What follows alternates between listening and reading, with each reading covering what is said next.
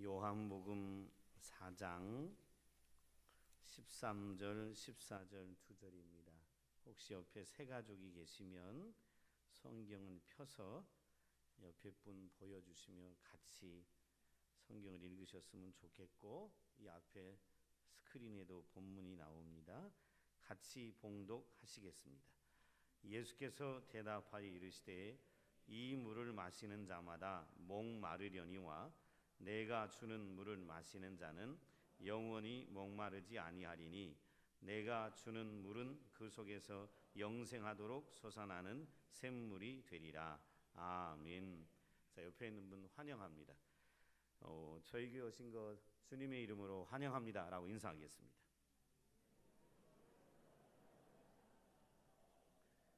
자, 준비된 영상이 하나 있습니다. 같이 보시도록 하겠습니다.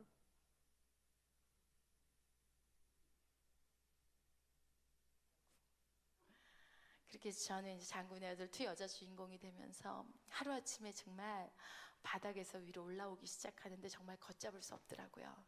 그쯤 되니까 나랑 MBC 시국이 같이 시험 봤던 애들이 궁금하잖아요. 여러분 어떻게 됐는지 궁금할 거 아니에요. 그래서 알아봤더니 그들은 지나가는 포졸완, 안악내 1 이러고 있는데, 저는 그때 대우전자 CF부터 시작해서 박상원 씨하고 광고를 한 6, 7개 이렇게 했던 것 같아요. 그러니까 갑자기 이제 돈을 많이 벌게 됐죠. 돈을 많이 벌게 되고, 제가 그때, 요즘에도 큰 돈인데 그때 당시 굉장히 큰 돈이었어요. 여러분, 사인회 1시간씩 하면 현금으로 500만 원씩 줬었어요. 돈이 들어오기 시작하는데 걷잡을 수 없는 돈이 막 들어오는 거예요. 그래서 저는 어렸을 때부터 서원했거든요. 하나님, 내가 돈 벌면 이 모든 돈을 하나님께, 하나님 나라를 위해서 다 쓰겠습니다. 제가 얼마나 하나님 앞에 큰 소리를 쳤겠어요. 그리고 교회 방송하면서도 사람들이 그랬어요. 참 뭐가 도와주는 것 같다고. 저는 남들보다 연기도 열심히 안 했어요. 솔직히 대본도 많이 안 봤어요. 솔직히. 근데 항상 저는 연기를 참 잘한다는 말을 들었어요. 저는 다 쉬웠어요. 너무 쉬웠어요. 근데 제가 놓친 게 있었어요, 여러분. 그렇게 해서 저의 그 파란만장한 우여곡절, 정말 그지같이 사는 저의 삶에 광명이 탁 비치고, 그래서 나는 하나님께 영광을 정말 돌릴 것처럼 행동을 했는데, 제가 돈을 벌기 시작하고 수억을 벌고 수십억을 벌고 어마어마하게 벌었습니다. 근데 저는 그 돈을 하나님께 쓰지 않았어요. 정말. 여러분 안 그럴 것 같죠? 여러분 돈 벌면 하나님 나라 위해서 쓸 것 같죠? 그리고 여러분 출세하면 하나님 나라 위해서 그 출세한 그 영광을 올려드릴 것 같죠? 그게 안 되더라고요. 그래서 제가 기독교 방송 새롭게 하소서도 진행을 하고, 공개적으로는 굉장히 신앙이 좋은 사람처럼 가장이 돼 있지만 사실 저는 껍데기뿐이었습니다. 왜냐하면 저는 제 자신이 알잖아요. 저는 하나님보다 돈이 좋았고, 하나님보다 사치가 좋았고, 하나님보다 유명해지는 게 좋았어요. 그리고 하나님보다 뭐든지 세상의 것들이 좋은 게 많았어요. 근데 교회에 와서는 하나님이 제일 좋은 척 했어요. 정말. 그리고 신앙이 제일 좋은 척 했어요. 정말. 저는 그렇게 해도 되는 줄 알았어요. 그렇게 해도 예수 믿는 사람일 거라고 생각을 했어요. 그러던 어느 날 제가 너무나 많이 벌어놨던 그 돈이 하루아침에 와르르르 무너지면서 모든 돈을 다 잃었습니다. 세상 사람들이 알지 못하는 너무나 큰 돈, 정말 죽는 것 같았어요. 저는 죽으려고 결심을 했어요. 자살을 하려고 했어요. 여러분이 상상하지 못하는 짓거리를 너무나 많이 했어요. 죽으려고. 왜? 돈을 잃어버리고 나니까 살 소망이 없더라고요. 그때까지만 나는 내가 뭘 잘못했는지 몰랐어요. 대충 주일 예배 드렸고, 대충 헌금도 잘했고, 어떨 때는 내가 좀 많다 할 정도로도 하나님 앞에 올려드렸고, 주일 예배 빼먹지 않고 웬만큼 다 했는데 왜 나한테 이런 시련이 와야 되는지 이해가 안 됐어요. 하나님이 미웠어요. 원망했어요.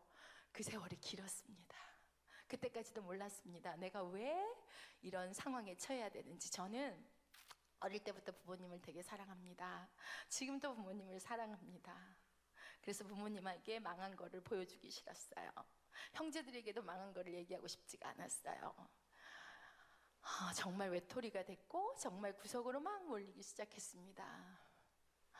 죽기만 딱 남은 그 상황에 죽기 일보 직전 저는 이런 거를 얘기해도 될지 모르겠지만 생명보험을 어마어마하게 들었었어요. 죽기 위한 준비를 했던 거죠.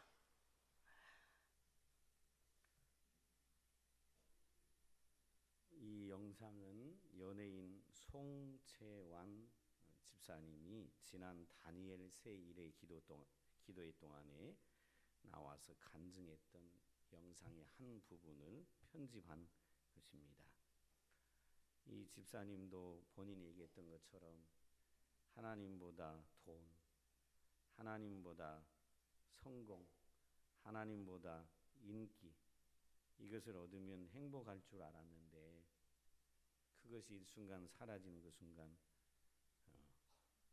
마음이 그것을 가지면 행복할 줄 알았는데 그것이 사라지는 순간 모든 행복이 사라지고 자살을 결심하려고 했다라는 얘기까지만 여러분이 보셨죠. 이 여인만이 아니죠. 송 집사님뿐만이 아니라 많은 사람들이 그렇게 생각합니다. 눈에 보이는 어떤 것을 갖게 되면 행복할 거라고 생각하는 사람들이 참 많습니다. 그런데 그렇지가 않습니다. 오늘 성경을 보았던 요한복음 4장에 나오는 한 여인이 있습니다. 이 여인은 수가성이라는 동네에 사는 여인이었습니다. 이 여인은 결혼하면 행복할 줄 알았습니다. 그런데 첫 번째 결혼에 실패합니다. 그리고 그 이후에 무려 4명의 남자를 거치며 전전하다가 실패합니다. 그리고 이제 어디서 만났는지 모르는 6번째 남자와 함께 사는 처량하고 불행한 여인입니다. 어느 날 예수님이 유다라는 남쪽 지방에서 저 갈릴리라는 북쪽 지방으로 올라가시다가 일부러 사마리아라는 중간에 있는 지역의 동네로 찾아가십니다. 예수님은 굳이 이 사마리아라는 동네에 들어가신 필요가 없었는데 들어가신 이유가 있습니다. 다른 게 아니라 불행하다라고 여기고 처량한 신세가 돼 있는 이 여인 한 사람을 구하기 위하여 일부러 이 사마리아라는 동네로 들어가셨습니다. 세상 사람들로부터 남편을 6이나 둔 여인이라는 손가락질 당하는 이 비참한 한 영혼을 구원하기 위해서 하나님의 아들이신 예수님이 이 수가성이라는 동네로 들어가셨습니다. 왜 들어가셨냐면 이 여인에게는 남들에게 말할 수 없는 고통이 몇 가지가 있었습니다. 그 고통이 뭐냐면 하나는 고독이라는 정신적 고통이었습니다. 지금 살고 있는 남편이 6번째 남편입니다. 어쩔 수 없이 삽니다. 아마 언제 헤어질지도 모르는 사이일 거라고 생각이 듭니다. 이 여인에게는 위로받을 자식도 없었습니다. 당연히 이웃도 없었습니다. 그 당시만 해도 이렇게 남편을 6둔 여인, 이런 여인은 모든 사람이 거들떠 보지 않았고 손가락질했고 비아냥했습니다. 그래서 이 여인은 다른 사람 만나는 것이 싫었습니다. 우리도 그랬지만 우리나라에서도 그렇지만 물을 길러 나가는 것은 주로 아침이나 그리고 해지고 나면 저녁 식사를 준비하기 위해서 물을 아침이나 저녁에 길러 나가지요. 그런데 그 시간에 사람이 많으니까 이 여인은 햇볕이 쨍쨍 쬐는 낮 12시경에 사람들이 잘 바깥으로 나오지 않은 이 이스라엘은 광야, 사막 기후에 가까우니까 12시에는 햇볕 때문에 사람이 나오지 않습니다. 그런데 이 여인은 사람 눈을 피하여 바로 인적이 드문 대낮 12시에 물을 길러 나와 물을 길러서 가는 고독한 여인이었습니다. 여러분, 이 여인만 고독할까요? 아닙니다. 세상에 살고 있는 모든 사람은 누구나 근본적인 고독을 안고 있습니다. 언제부터 인간이 이 고독을 느끼기 시작했을까요? 성경을 보면 이때부터입니다. 아담과 하와라는 하나님이 창조한 최초의 인간이 있었는데, 이 인간이 하나님이 먹지 말라고 하는 선악과를 따먹고 하나님을 피하는 순간부터 인간의 마음속에 고독이 시작되었던 것을 알 수 있습니다. 이 수가성 여인은 고독뿐만 아니라 사랑에 대한 갈증도 있었습니다. 얼마나 사랑에 굶주렸으면 남편을 6이나 두고 살아갈까요? 지금 6번째 남자라고 살고 있는 이 사람도, 이 사람과의 관계 속에서도 여전히 사랑이 없었을 것입니다. 사람은 사랑받지 못하면 자기 가치를 상실해 버리지요. 왜 살아야 하는지 그 의미를 잃어버리지요. 그런데 사랑을 받으면 자기 가치를 발견합니다. 그리고 사랑받고 있다는 그것 때문에 나는 살아갈 의미가 있다라고 사람들은 얘기합니다. 어느 날 유럽의 긴 다리에서 있었던 이야기입니다. 그 다리 난간에 꽃다발이 하나 걸려 있었습니다. 유럽 사람들은 이거 참 잘하더라고요. 서구 사람들은. 얼마 전에도 파리에 테러가 있어가지고 100여 명이 죽고 300명이 부상을 했지요. 근데 유럽 사람들은 어떤 큰 사고로 사람들이 희생되면 항상, 여러분도 뉴스에서 보시면 알지만, 그 희생당한 사람들을 기리기 위하여 또 그 자리에 뭘 갖다 놓지요? 꽃을 잔뜩 갖다 놓지요. 이게 아마 유럽의 문화고 서구의 문화가 아닌가 싶어요. 오늘 유럽의 긴 다리에서 꽃다발이 다리 난간에 하나 걸려 있습니다. 그것을 본 어떤 사람이 지나가다가 거기 난간에 서 있는 한 사람에게 여기에 왜 꽃다발을 누가 걸어 두었을까요? 라고 그 옆에 서 있는 사람에게 얘기를 합니다. 그러자 그 난간에 서 있었던 한 사람이 이렇게 얘기합니다. 조금 전에 스포츠카를 몰고 온 어떤 여인이 개 한 마리를 품에 안고 투신자살했어요. 그래서 내가 여기에 꽃다발을 걸어 놓았답니다. 라고 그 난간 근처에 있던 한 사람이 대답을 했습니다. 그리고 이 여인이 스포츠카를 타고 온 차 안에 유서 한 장이 발견돼 있었습니다.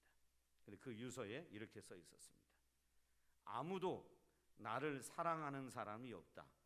이 개 외에는. 라고 글을 써놓고 그는 개를 안고 강으로 투신해서 자살했던 것이죠. 사람이 사랑을 받지 못하면 이렇게 비참해지는 것을 볼 수 있습니다.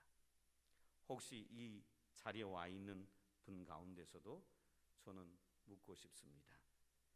여러분 안에 누가 사랑한다, 사랑한다라고 얘기를 하곤 하는데 진실로 누군가 나를 사랑해 주는 사람이 있는가?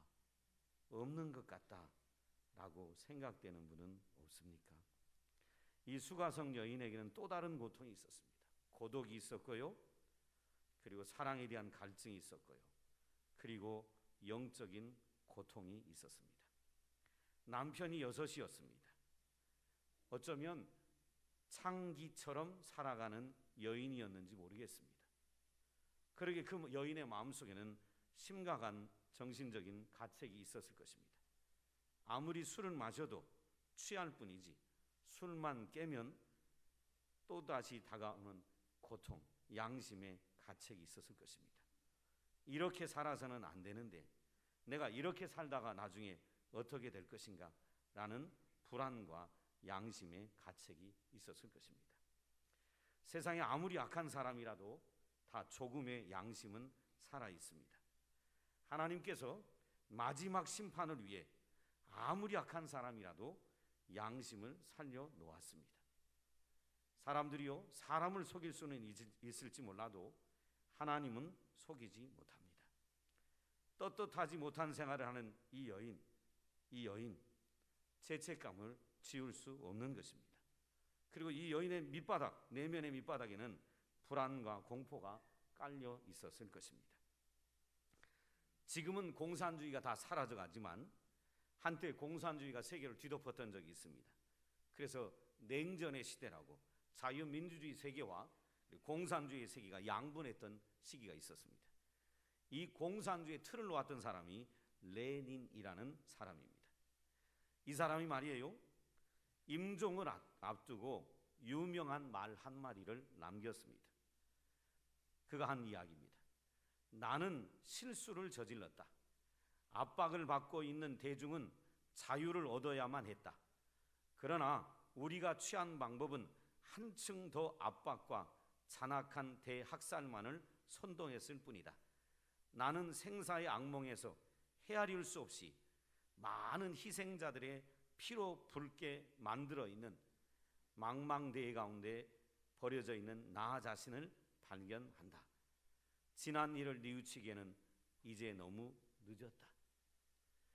대중들을 자유롭게 만들겠다고 공산주의를 들고 나왔는데 그 공산주의가 대중에게 자유를 준 게 아니라 더 많이 대중을 압박했고 더 많은 대중을 학살했고 온 세상을 피로 물들였던 것을 볼 수 있습니다. 그래서 이 레니 훗날 나는 세상을 자유를 가져온 게 아니라 세상을 피로 물들게 만들었고 내가 그 피로 물든 세상 가운데 있구나. 지난 일을 뉘우쳐보지만 너무 늦었다라고 얘기하고 그가 세상을 떠났습니다. 짐승 같은 사람의 마음에도 양심은 살아있습니다. 이 사마리아 여인도 마찬가지입니다. 양심의 가책을 느끼고 고통당하는 여인이었습니다. 그러므로 이 여인은 자기를 이 고통, 이 가책으로부터 건져내줄 구원자를 기다리는 영적 갈증을 안고 있었던 사람이었습니다. 이 여인에게 예수님이 찾아오신 것이었습니다. 고독하고 사랑에 목말랐고 양심의 가책을 느끼고 있던 이 여인에게 예수님이 찾아오셨습니다. 그 이유는 구원하려고 오신 것입니다. 이 여인에게 자유와 그리고 해방과 그리고 참 평화를 주려고 오신 것이었습니다. 예수님은 이 여인과 짧은 대화를 나누셨습니다.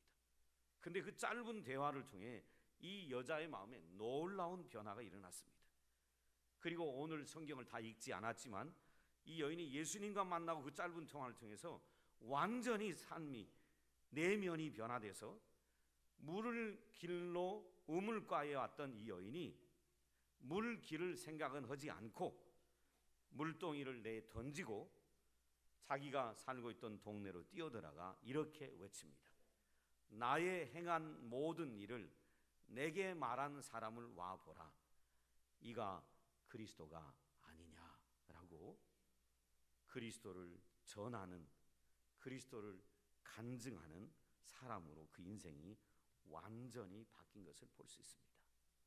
여러분, 어떻게 이 여인의 내면에 큰 변화가 일어날 수 있었을까요?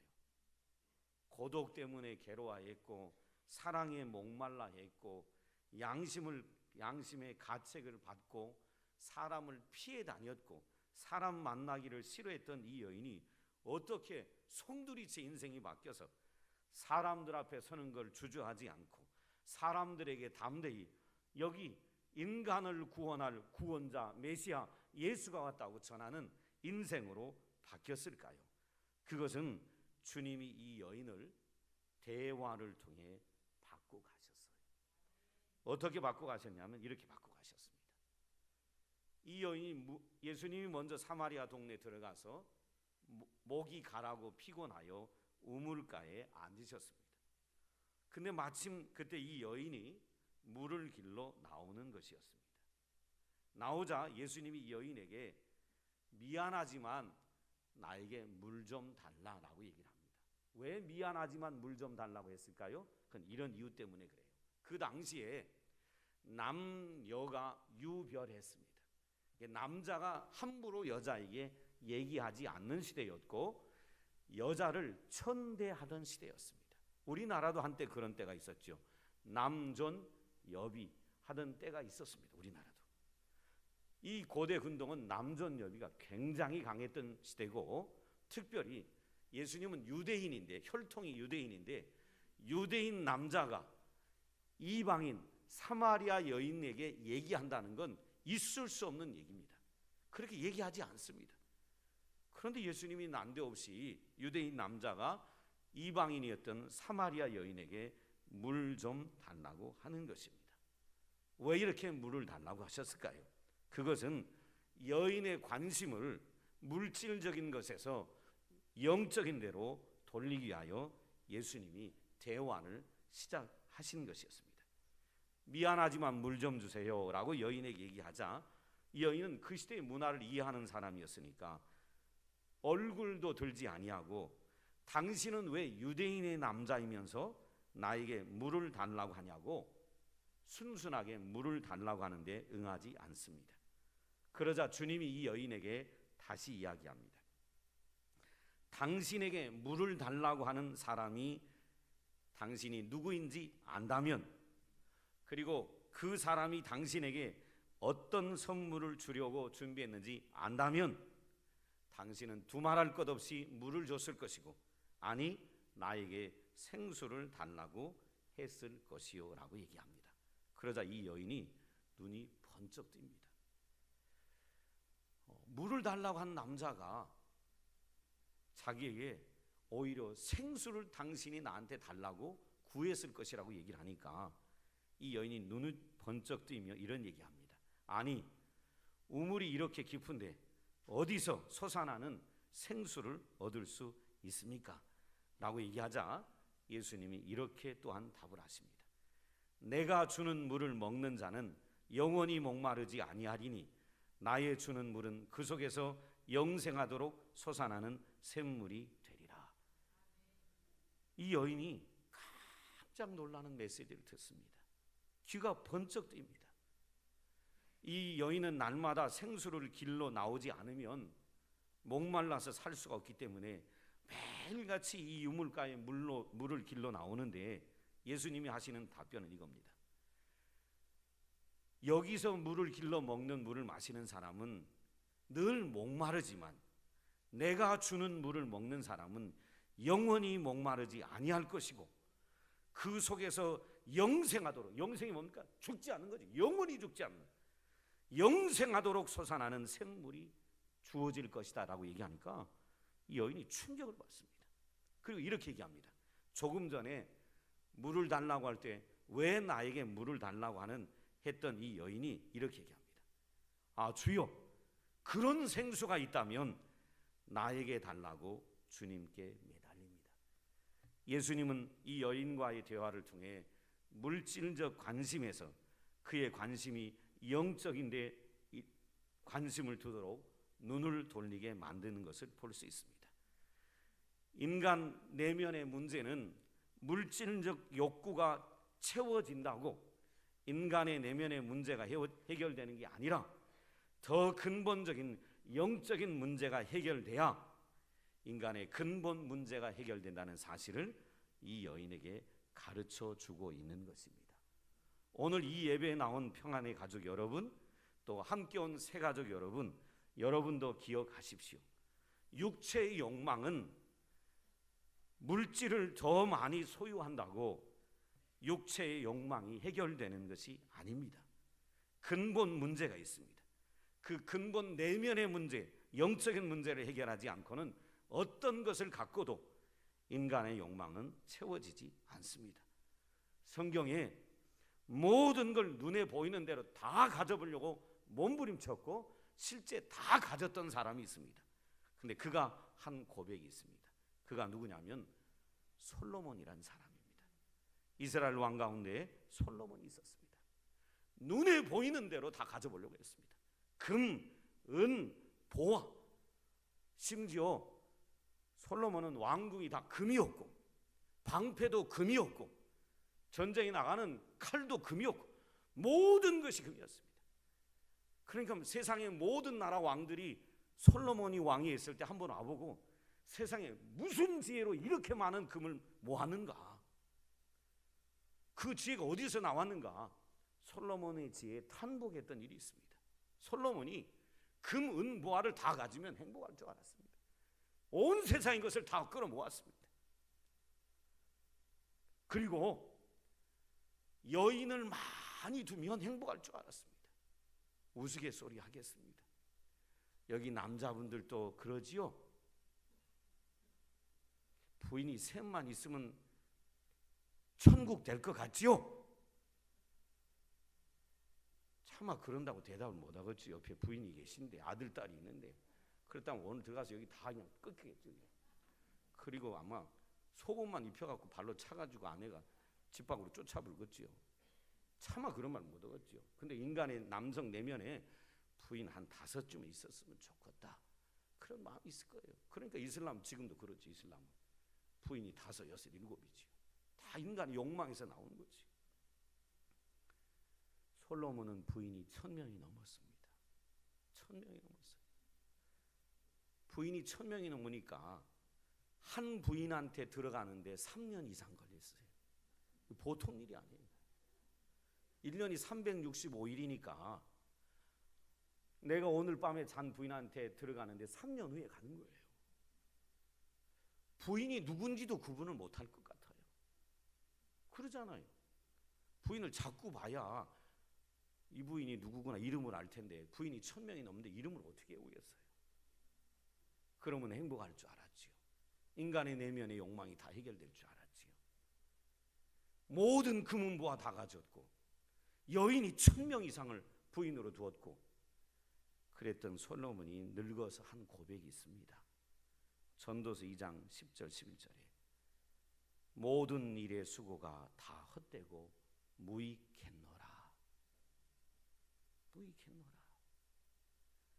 눈에 보이는 물질의 욕망을 쫓아 살고 그것이 채워지면 만족할 줄 알았는데 아니었고 다 헛됐다라고 얘기합니다. 예수님은 바로 이 여인에게 관심이 물질에 대한 관심에서 영적인 관심으로 옮겨지도록 생수 얘기를 하신 것입니다. 영원히 목마르지 않는 생수.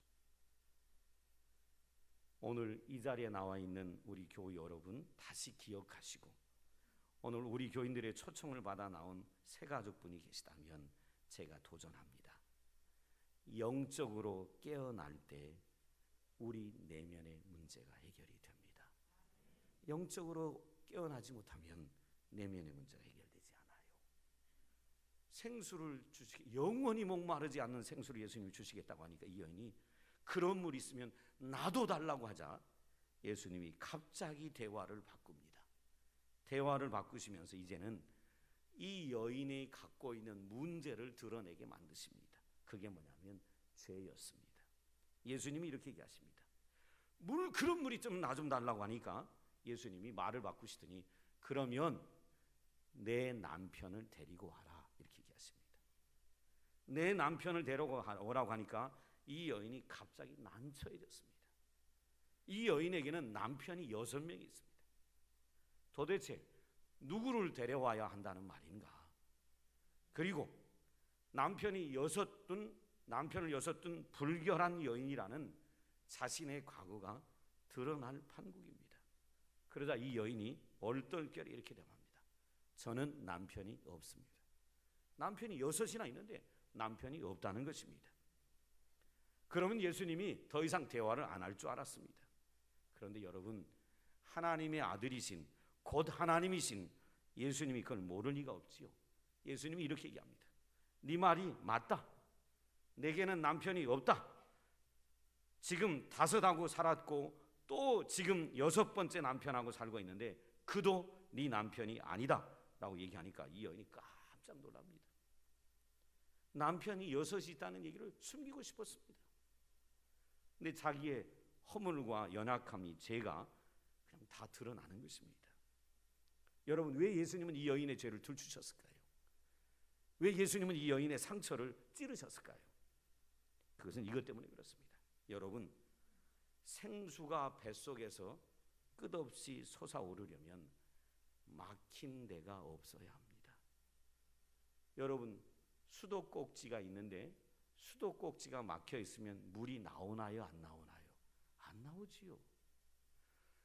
영생하도록 솟아나는 생수가 나오려면 막힌 데가 없어야 합니다.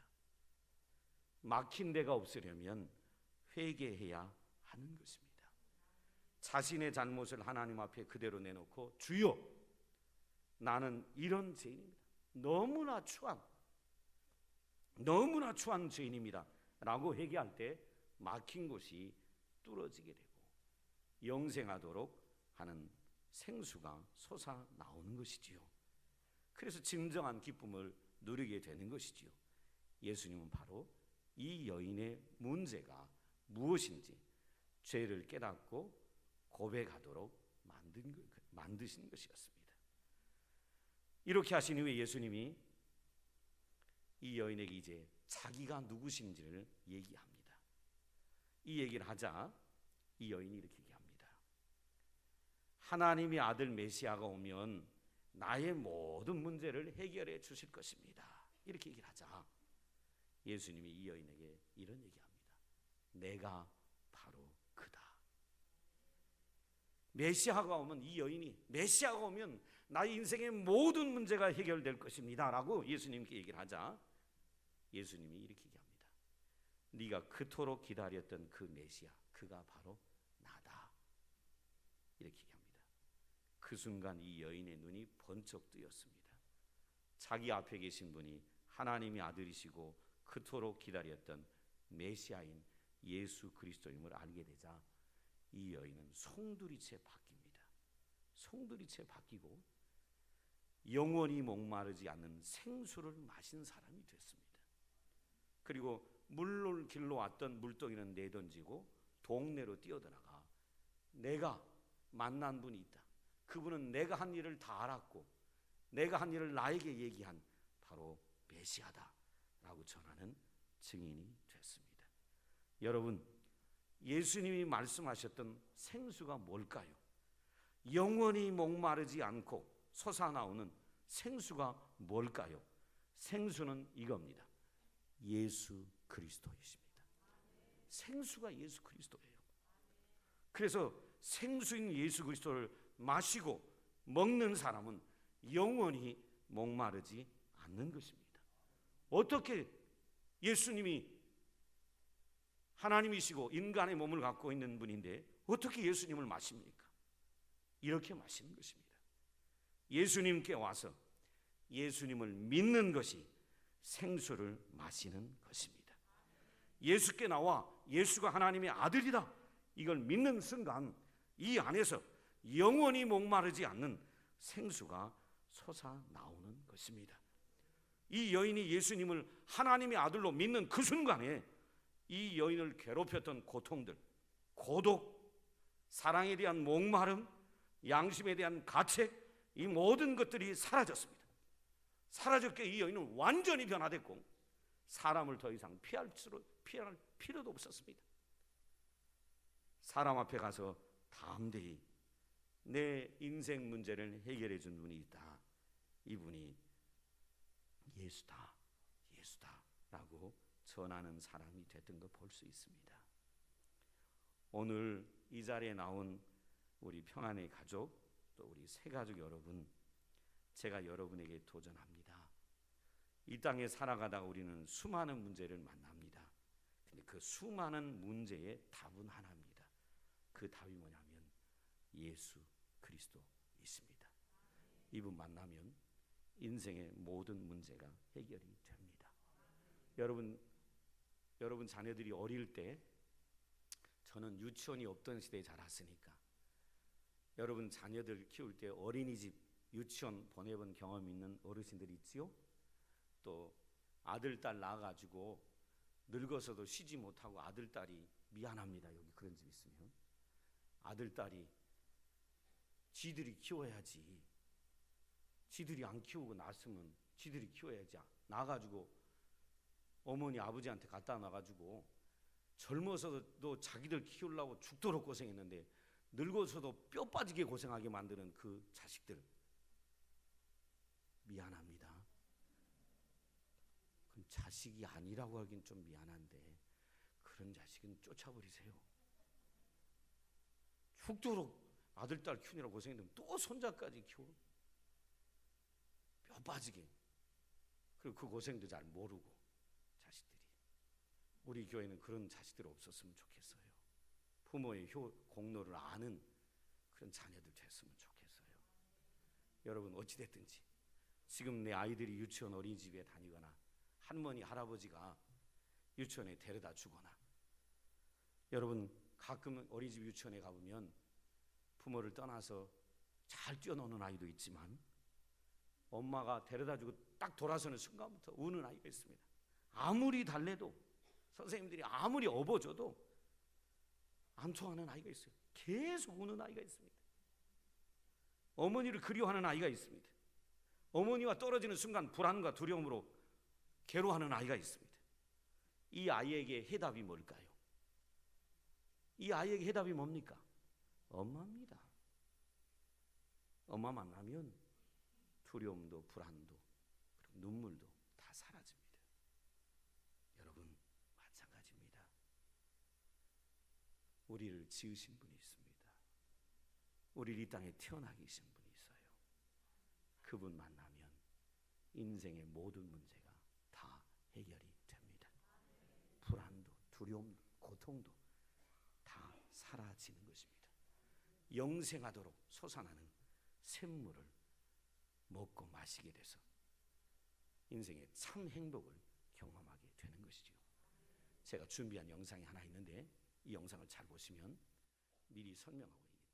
이 영상은 다니엘 새 일의 기도 동안에 나왔던, 얘기했던 한 간증자인데, 한국에는 잘 안 알려져 있는데 미국에서 손꼽히는 한국인 심장 전문의입니다.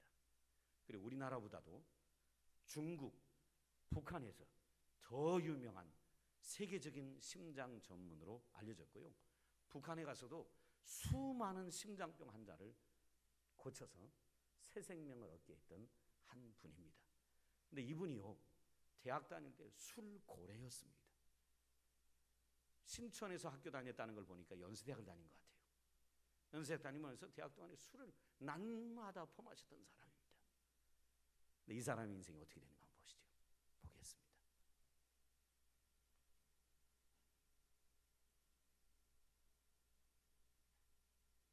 저희 아내가 친구를 따라 교회를 다니고 있었는데 차를 사고부터는 저를 보고 데려다 달라는 것이었습니다. 그래서 저는 교회에다 데려다 주고 끝나면은 픽업해서 오고 했습니다. 그런데 어느 날 친구 집에 성경 공부를 하러 가자 그러는 겁니다. 그래서 저는 단호하게 갈 수 없다 그랬습니다. 저는 대학 다닐 때 어떤 분이 교회 갔다 와서, 친구가 교회 갔다 와서 하는 얘기가, 거기 가니까 사람들이 막 손을 들고 눈물을 흘리고 주여 주여 그러면서 그러더라는 거예요. 그래서 대학 다닐 때 이런 토론을 많이 했습니다. 기독교는 집단 정신질환의 일환인가, 이런 제목을 붙여놓고 토론을 하던 그런 사람이 성경 공부를 하러 갈 수 없습니다. 그래서 아내를 집 넣고 데려다주고 나왔는데 집에 갔다 오려니까 너무 먼 거예요. 그래서 여기서 소일을 해야겠다 하고 둘러보니까 가게가 하나 있어서 깡통 맥주 한 줄을 잡으면 6개가 달려 있습니다. 그걸 사가지고 이 성경 공부하는 분의 그 앞마당에 빈 벤치가 하나 있어서 거기서 마시고 기다리고 있었습니다. 그 10시가 됐는데 다 이제 성경 공부를 하고 나오는 거예요. 아마 이분들이 사탄아 물러가라 그렇게 하고 가셨을 겁니다. 근데 저도 6깡통을 다 비웠을 때쯤이었는데, 그래서 성경 공부를 가르치는 분이 저를 보고 잠깐 들어와서 커피나 한잔 하고 가라 그래서 제가 결정적인 실수를 하게 됩니다. 들어갔는데 술기가 좀 있어서 그런지 이분이 저를 성경의 여기저기를 끌고 다니더니 새벽 4시까지 거기에 앉아 있었습니다. 새벽에 4시가 돼가지고 날 보고 같이 기도하겠냐 그래서 기도했습니다. 기도를 하고 일어서서 집에 와서 2시간을 자고 이제 출근을 하려고 나와서 아파트 문을 쫙 여는 순간에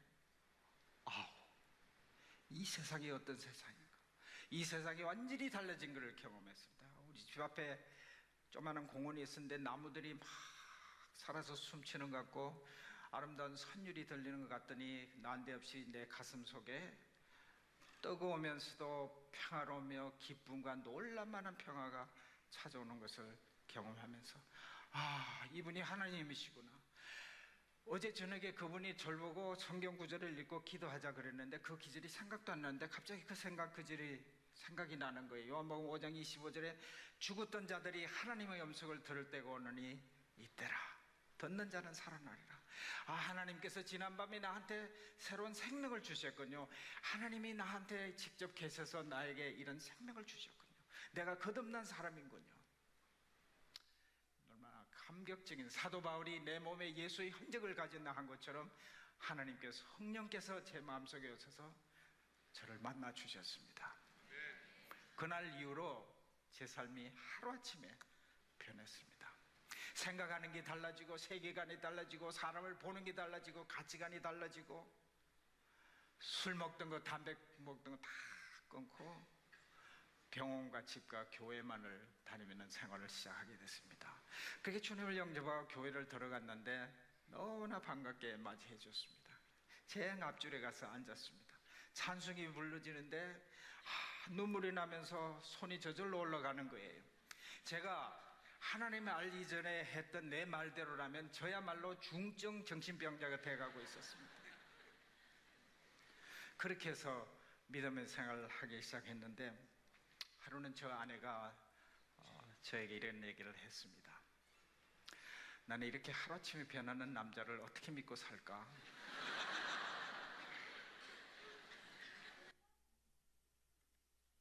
다니엘 새 일의 기도 동안에 한국교회 초청을 받고 이번에 들어오셔서 간증한 정수영 박사, 미국에서 심장 전문, 유명한 전문인데 들어와서 간증한 이야기입니다. 여러분 들으셨죠? 아내가 성경 공부하러 가는데 남편이라 데려다 주긴 하는데 자기는 예수를 안 믿으니까 그 성경 공부하는 집으로는 들어가지 않았습니다. 그리고 자기는 맥주를 캔으로 6개 사다가 아내는 안에서 성경 공부하고 있는데 자기는 캔을 6개를 다 비운 거예요. 술이 이만큼 취했겠죠? 그 집에서 성경 공부하던 주인이 하도 오랫동안 바깥에서 기다렸으니 얼마나 춥기도 하고 애처롭기도 하겠어요. 그래서 공부하고 사람들이 다 갈 때 그 이 정수영 박사를 들어오라 그래서 추우니까 아마 커피 한 잔 대접한 것 같아요. 대접하면서 성경 얘기를 여기저기 한 겁니다. 몇 시까지 했다 그랬죠? 새벽 4시까지. 아마 10시부터 성경 얘기라고 아마 새벽 4시까지 했을 것 같아요. 그리고 나서 기도하자 그러니까 기도했다 그랬죠? 그게 무슨 기도였을까요? 영접 기도했던 것이지요. 그러니까 이분은 영접 기도를 맨정신으로 한 게 아니라 뭐에 갖고 했어요? 술 취해서 제정신이 아닌데 한 거예요. 똑바른 정신으로 한 게 아니에요. 그렇죠. 술을 6캔이나 먹었으니 제정신일 수가 없지요. 술 취한 김에 따라 했어요. 술 취한 김에 따라 했는데 그리고 다음날 아침이 돼서 출근해야 되니까 불과 2-3시간밖에 못 잤겠지요. 그리고 나서 출근하려고 문을 딱 열고 나오는데 세상이 달라보는 거예요. 나무가 살아 움직이는 것 같고 새들이 말하는 것 같고 자기 가슴은 뜨거워지고 말할 수 없는 평안이 막 솟아나고 이것이 영생하도록 솟아나는 생수인 것입니다. 예수 만나면 영생하도록 솟아나는 생수가 끓어넘쳐요. 그리고 이 정수영 박사 그날 이후로 가치관, 세계관, 삶의 목적 다 바뀌고 술, 담배 다 끊고 오늘 나오는 사마리아 여인과 똑같죠. 물동이 내던지고 사람 피하고 숨고 그랬던 여인이 사람 앞에 가서 내가 예수 만났다고 얘기해. 이 정수영 박사의 생 자체가 완전히 바뀌어버렸지요. 여러분, 오늘 이 자리에 와 있는 분들에게 제가 도전합니다. 여러분 스스로 해결할 수 없는 마음의 고통을 갖고 계신 분이 있습니까? 사람 앞에 의젓한 것처럼 서 있지만 속으로 울고 있는 분이 있습니까? 남편이나 아내 앞에서 우울한 티를 내지 않지만 속은 몹시 괴롭고 힘든 분이 있습니까? 제가 그런 분들에게 도전합니다. 예수님이 여러분 마음에 들어가시면 여러분 마음의 고통과 문제가 해결되는 놀라운 역사가 일어납니다. 이 사마리아 여인처럼, 그리고 정수영 박사처럼 순간적으로 예수 그리스도를 믿고 받아들이시면 여러분의 고통으로 가득 찬 암흑 같은 마음이 천국 찬양 소리로 울려버리는 새로운 인생이 된 것입니다. 기도하시겠습니다. 이 시간 정수영 박사가 엉겹결에 영적 기도한 것처럼 오늘 따라 나온 세 가족분들 가운데 모두 눈 감으시고요. 오늘 새로 나온 가족분들 가운데 이 메시지를 듣고 나도 예수님을 받아들이고 믿어야 되겠다라고 생각하는 분이 있으면 가슴에 손을 대시고 저를 따라 기도해 주시면 좋겠습니다. 엉겹결에 순간적으로 믿는 것입니다. 그리고 우리 나머지 모든 성도들도 새 가족들이 자기들 입술만 가지고 말을 하려면 남이 들을까 봐 민망해지니까 얘기하지 못할 수가 있지요. 그래서 우리 교인들도 새 가족을 돕기 위해서 저를 따라 기도해 주시면 좋겠습니다.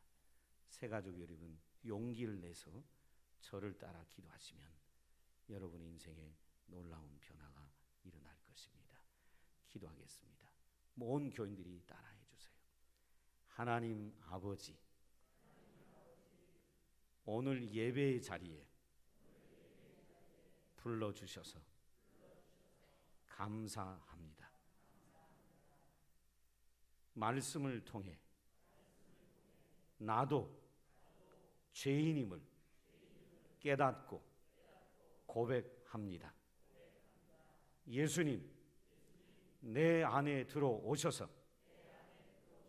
나의 죄를 용서해 주시고 새롭게 하여 주옵소서.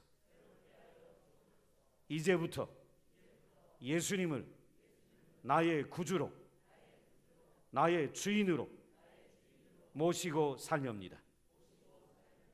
나를 용서해 주시고 하나님 자녀 삼아 주신 아버지 하나님께 감사드립니다. 지금부터 이 땅의 삶을 마치는 그날까지 오직 예수만 의지하며 살도록 도와주세요. 예수님 이름으로 기도드립니다. 아멘. 여러분, 혹시 새 가족분 가운데 저를 따라 순간적으로 기도한 분이 계시다면 제가 그분에게 말씀드립니다. 저를 따라 기도하실 때 하나님이 여러분의 마음속으로 들어가셨습니다. 그리고 여러분의 죄를 용서하셨습니다. 그리고 여러분을 거듭나게, 크게 거듭나는 거예요. 거듭나게